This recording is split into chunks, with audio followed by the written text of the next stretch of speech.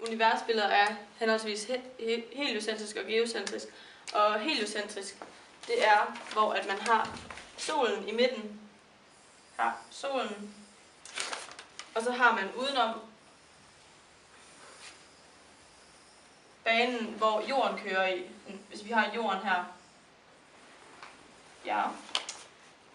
Og så har vi jordens måne, som kører herinde ved solen, men rundt om jorden. Der, månen er lige her. Og så har vi igen på det heliocentriske, hvor et Mars endnu også er på, som er herude. Ja, kører rundt her. Men altså det heliocentriske er, hvor solen er i midten. Det andet verdensbillede er det geocentriske verdensbillede, som er jorden, der er i midten, som er herinde. Jord. Og rundt om, der ligger har månen sin bane rundt om jorden. Og rundt om den her har solen sin bane. Ja. Jorden. Og rundt om den her har solen sin bane. Ja. Og det jeg så vil vise her, det er, hvordan opstår en måneformørkelse og en solformørkelse. Først, en måneformørkelse.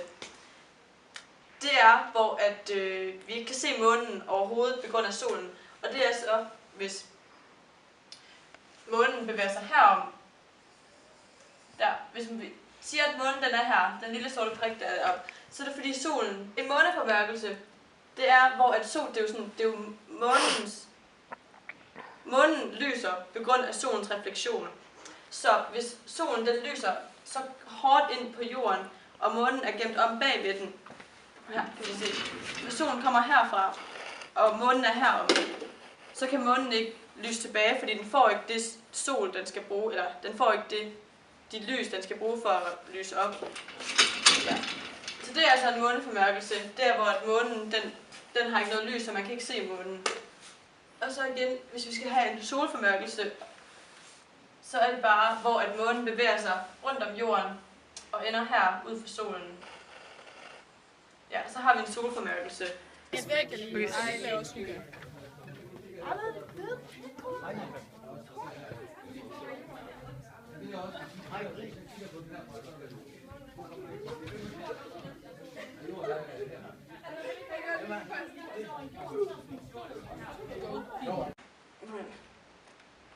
Jordens afstand til solen har ikke noget at gøre med det her med vores forskellige årstider. Det er det her med, at vi har jorden, og den har faktisk en hældning på 23,5 grader. Skriv ned. Det vil sige, at den her hælder, så for eksempel om sommeren, når der er sommer på den nordlige halvkugle, altså heroppe, så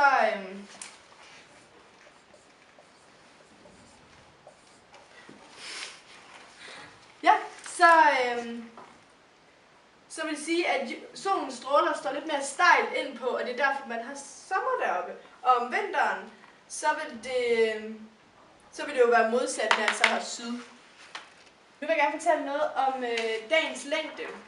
Og dagens længde er kort sagt fra solopgang til solnedgang. Det har igen noget med at gøre, at vi har jorden, som har en rotationsakse, som hælder 23,5 grader. Og den tager cirka de her 365 dage til at komme rundt om i dens kredsløb rundt om solen. Derfor vil det sige, at det er derfor, vi har de her varierende dageslængder. Og ved at vi bor her, at vi har Danmark her, og vi er på den nordlige halvkugle, det vil sige, at vi har længere dage om sommeren, og vi har kortere dage om vinteren. Den længste dag, vi har, er den 22. til den 21. juni, og den korteste dag, vi har, er den 21. til den 22. december. Ja, der går 29,5 døgn på, at jorden, eller på at månen, den bliver til fuldmåne.